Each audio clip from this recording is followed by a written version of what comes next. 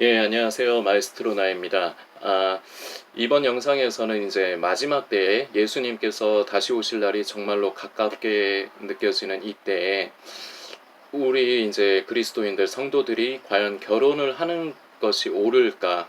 이제 이 부분에 대해서 한번 얘기를 나눠보려고 해요. 이제 현실적인 문제라서 일단 결론을 먼저 말씀을 드릴게요. 결혼을 할 상대가 있으면은 하십시오. 비록 제가 이제 만들어 보는 얘기지만 오늘 결혼을 했어. 근데 내일 예수님이 오셨어. 이러는 일이 벌어진다 해도 사랑하는 사람이 있다면 결혼을 하십시오.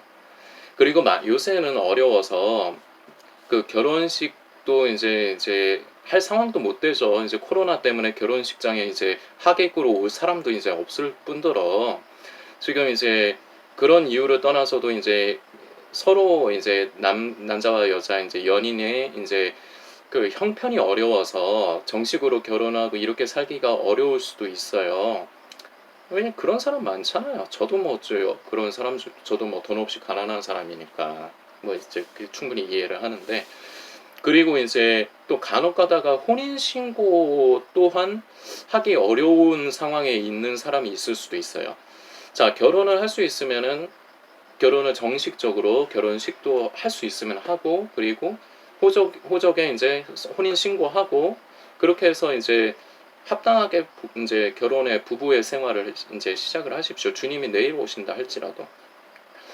그리고 그게 안 되면은 가능한 한 혼인 신고라, 결혼식을 못 한다면 혼인 신고라도 하시고, 정 그게 안 되면은 그냥 어쩔 수 없이 그냥 바로 동거로 이제 갈 수밖에 없는데, 제가 지금 말씀드리는 동거는 부정적인 의미의 동거를 말씀드리는 게 아니에요. 단순히 서로 간에 육신의 정욕에 대한, 육신의 쾌락을 채워주기 위한 그런 방편으로서의 동거가 아니라, 똑같은 결혼으로 서로 간에 사랑하고 똑같이 결혼을 하는 것인데, 근데 여러 가지 형편으로 인해서 혼인 신고를 하기 어렵다든지, 할 수 있으면 하시라는 겁니다. 할 수 없을 경우를 말씀드리는 건데, 그럴 경우는 어쩔 수 없지만 서로 사랑하고 서로에게 최선을 다해야 되고, 예수님 오시는 그날까지 이렇게 해야 됩니다. 이제 일단은 먼저 결론을 제가 먼저 말씀드렸는데, 이제 성경에서 이제 성경적인 의미로 봤을 적에 그 결혼을 하는 것도 축복이고 결혼을 하지 않는 것도 축복인데, 다만 결혼을 안 하는 건 거의 힘들어요. 인간이 가지고 있는, 천연적으로 가지고 있는 육신의 정욕 때문에, 더 디테일하게 얘기하면 육신의 정욕 중에 성적인 부분 때문에 누구나가 다 가지고 있거든요. 교회 다닌다고 해서 성욕이 없습니까? 그리스도인들은 뭐 지나가다가 여성들이 남성의 입장에서 여성들이 짧은 뭐 하체가 거의 드러나는 옷을 입고 상체가 거의 위에가 파여 있는 옷을 입고 있을 적에 눈 안 돌아가나요? 돌아가요. 저도 눈 돌아가요. 아니 솔직히 그러지 않습니까? 근데 뭐하러 점잔을 빼? 어차피 하나님 앞에서 다 감추지도 못할 것을. 다 그런 부분이 있기 때문에 사실상 그 결혼을 이제 해야 되는 이유 중에 그 제일 큰 이유가 바로 이 부분이에요. 그 인간이 가지고 있는 이 성적인 그 부분에 대한 그 이 부분 때문인데, 결혼은 해도 축복이고 안 해도 축복이지만 말씀드린 대로 안 할 수 있는 사람이 거의 없어요. 자, 이제 이제 결혼의 이제 축복적인 면을 보면은, 그러니까 하나님께서 이제 합당하게, 이제 아담과 하와가 이제 제일 큰 모델이죠. 이제 한 몸을 이루고, 이제 처음에 이제 그 죄가 이제 들어오기 전에, 그러니까 하나님께서 이제 돕는 배필, 홀로 있는 것을 하나님께서 좋게 보지 않으시고 돕는 배필로 하와를 이제 허락을 하셨죠. 그래서 정상적으로 둘이 사랑하고 둘이 이제 자녀를 낳고 이제 그렇게 살아가는 것, 그건 하나님께서 기뻐하시고 또한 허락하신 거예요. 그리고 결혼을 통해서, 그리고 가정을 이룸을 통해서, 자녀를 낳음을 통해서 하나님께서 그 안에서 이제 역사하시는 부분들이 또 있어요. 그래서 이제 그런 부분으로 봤을 땐 결혼이 참 축복입니다. 그래서 지금 할 수 있으면은 마지막 때 뭐 내가 주님만을 사모하느라고 내가 결혼을 안 하겠다, 그러지 마시고 결혼하시라는 겁니다. 그리고 이제 예수님과 사도 바울의 이제 말씀하신 부분을 이제 좀 언급을 하려고 하는데, 예수님께서 이런 표현을 쓰신 게 있어요. 그 천국을 위해 스스로 고자된 자도 있느니라, 이렇게 표현하신 게 있는데, 그 고자라는 게 그 인간의 그 생식적인 부분이 뭔가 잘못돼서 뭐 비정상이란 그게 아니고, 여기서 얘기하는 그 스스로 고자된 자도 있다는 거는 그 정말로 하나님을 사랑하고 예수님을 사랑함으로 인해서 그의 나라와 그의 의를 구하기 위해서 하나님께서 그 주시는 그 힘을 받아서 그 도우심을 따라서 홀로 살면서 하나님께 집중하고 그의 나라와 의를 구하면서 최선을 다해서 그렇게 살기 위해서 이제 이런 부분을 말을 하는 건데, 그런 사람이 많지 않아요. 대부분의 사람은 이거 상관없어요. 저도 이거 상관없는 사람이고, 여러분도 대부분은 이 말씀과 상관없는 사람이에요. 이건 정말 특별한 사람입니다. 그 특별한 사람인데, 저도 이때까지 살면서 못 봤어요. 그 제가 아직 인생을 뭐 40년밖에 못 살아서 그렇기는 하지만 그런 사람 못 봤습니다. 대부분은 여기에 해당 안 돼요. 그리고 이제 사도 바울이 이제 말한 부분, 이제 고린도전서 7장에 보면 이제 결혼에 대해서 이제 권면을 하는 부분이 있는데, 핵심 포인트가 이거예요. 바울이 얘기하는 게, 홀로 된 것이, 쉽게 얘기를 할게요. 홀로 된 것이 신앙에 있어서 그리고 하나님과의 관계에 있어서 더 좋기는 하다. 이렇게 할 수 있으면 하는 게 좋다. 그러나 육신의 정욕으로 말미암아 하나님 앞에 범죄하는 것보다는 합당하게 결혼을 하는 것이 좋다. 이게 결론이거든요.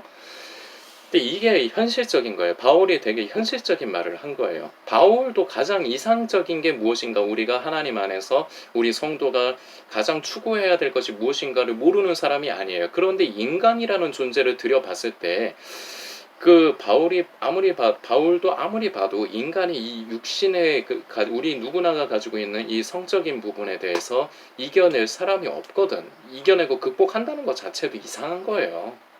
뭐 절에서 뭐 그 스님들이나 뭐 신부님들은 결혼을 안 하죠. 그래서 뭐 고행을 하고 막 그런다고 하는데, 이건 뭐 아시는 분도 있고 모르시는 분이 있겠지만, 그 고아원의 시초가 진짜로 우리 뭐 버려진 아이들, 그런 애들을 걷어가지고 키우려고 해서 고아원이 만들어진 게 아니라, 육신의 정욕이 있는데 눈 가리고 아웅하다가 결국은 참지 못한 젊은 사제와 이제 수녀들이 뒤에서 이제 뻘짓을 한 거예요. 그래서 애를 낳아가지고 그 애를 자기 자식이라고 키울 수가 없으니까, 그래서 이제 버려진 아이라고 해서 걷어서 키우기 시작한 게 고아원의 시초예요. 이거는 뭐 좀 아시는 분은 아시는 내용인데 이제 여담으로 이렇게 넘어가는 거고, 제가 얘기하는 요지는 인간이면 누구나가 다 이렇게 성욕을 가지고 있는, 정상적이라면 이게 정상이에요. 나쁜 거 아니에요. 가지고 있는데, 이거를 인간이 뭐 자기가 자꾸 무슨 관념을 세우고 어떤 종교의 교리라든지 뭔가를 세워가지고, 세상에선 자연의 섭리라는 표현을 쓰지만 하나님께서 우리 인간에게 만드실 때 우리 안에 주신 그 성질 중에 한 부분으로 분명히 성적인 부분이 포함이 되어 있는데, 이거를 왜 자연스럽게 인정을 안 하고 극구 부인을 하면서 이겨내지도 못할 거 뒤에 가서 뻘짓을 하냐 이거죠. 이거는 비정상적인 겁니다. 인간이 뭔가 고행을 통해서 뭐 성욕을 뭐 극복하고 뭐 그런 거, 차라리 딴 거를 그렇게 그럴 노력과 에너지를 딴 데다 쏟아. 왜 되도 안 할 거에다가 그렇게 쏟는지 참 답답한데, 하여튼 이런 부분으로 인간이 가지고 있는 이런 성적인 부분으로 인해서 합당하게 결혼하는 부분, 제가 결혼을 하실 수 있으면 하시라, 뭐 아니면 동거를 하실 때 그 성적인 부분으로가 아니라 정말로 그 사람을 사랑하고 아끼고 정말로 결혼을 한 것처럼 그렇게라도 이제 사셔라, 이렇게 말씀을 드리는 게, 가장 큰 이유는 솔직히 말씀드리면 인간이 가지고 있는 육신 속에 있는 이 성적인 정욕 중에서도 성적인 부분 때문에 그래요. 그렇기 때문에 이것을 저도 바울의 그 심정으로, 그냥 제가 바울은 아니죠. 제가 바울이 될 수도 없고 전 대단한 사람도 아닌데, 읽다 보니까 제가 읽고 묵상하다 보니까 제가 이게 이런 부분으로 이해가 가는 거예요. 그래서 이제 제가 이 부분을 이해한 부분들을 그냥 나누는 건데, 결혼해서 이제 하나님께서 하루를 살더라도 그 부부 안에서 그 하나님께서 허락하시는 그 은혜와 그 축복을 또한 누릴 수 있으면 누리는 것도 좋습니다. 그리고 혹시라도 진짜 그런 은사를 받으신 분이 계시면은 이건 좀 농담입니다만 부럽네요. 저는 그런 사람을 보지를 못해서 이렇게 흉내를 내는 딱 보면 보여요. 저는 또 옛날부터 어릴 때부터 뭐 돈을 벌고 그러다 보니까 사람을 웬만해서는 딱 보면은 목소리만 들어도 대략 사람 성향을 저는 봐요. 그렇기 때문에 딱 보면은 대부분이 그냥 눈 가리고 아웅, 속에서는 아닌데 겉으로 그냥 보기에 아닌 척 하는 것뿐이지 누구나가 다 이 문제에서 벗어나지를 못합니다. 그래서 이제 특히나 이제 마지막 때 예수님 오실 날 가깝기 때문에 결혼을 이 시점에 해야 될까 이런 부분으로 고민하시는 분들이 계실 거기 때문에 분명히 계실 거예요. 젊은 분들 중에. 그리고 굉장히 고심을 하실 거라서 제가 이렇게 말씀을 드립니다. 바울이 이제 말하는 의도, 예수님께서 말씀하신 의도를 잘 생각해야 돼요. 좋은 것은 지금이 마지막 때이건 마지막 때가 아니건을 떠나서 정말 우리가 하나님을 사랑하고 하나님께 집중하고 그의 나라와 그의 의를 구하며 살기 위해서는 우리가 홀로 되는 것이 참 좋습니다. 가족이 있으면 아무래도 제약을 받아요. 그렇지만 말씀드리는 게 우리가 다 사람이다 보니까 우리 속에 이제 성적인 부분에 대한 쾌락을 추구하는 부분이 다 있기 때문에 이 부분을 있는 것을 있다고 인정을 하는 것에서 시작을 해야지 이제 그나마 방안이 생기지 겉으로 자꾸 남들한테 그렇게 이제 가식적으로 하면 안 돼요. 다 있기 때문에 차라리 이 부분의 위험을 느낀다면 이게 현실적인 거거든요. 저는 현실적인 부분을 앞으로도 계속 말씀을 드릴 겁니다. 그렇기 때문에 차라리 합당하게 결혼하고 합당하게 동거를 먼저 이제 권유를 제일 우선으로 드리는 건 아니지만 형편이 그렇다면 그렇게 해서 합당하게 그렇게 결혼을 해서 함께 부부로 지내면서 그 안에서 하나님께서 허락하시는 부분은 다만 며칠이 됐건 몇 달이 됐건 몇 년이 됐건 간에 하나님께서 가정 안에 주시는 그런 축복과 그리고 역사하시는 부분을 경험하면서 그것 또한 우리가 신앙이 성숙하고 자라는데 굉장히 도움이 됩니다.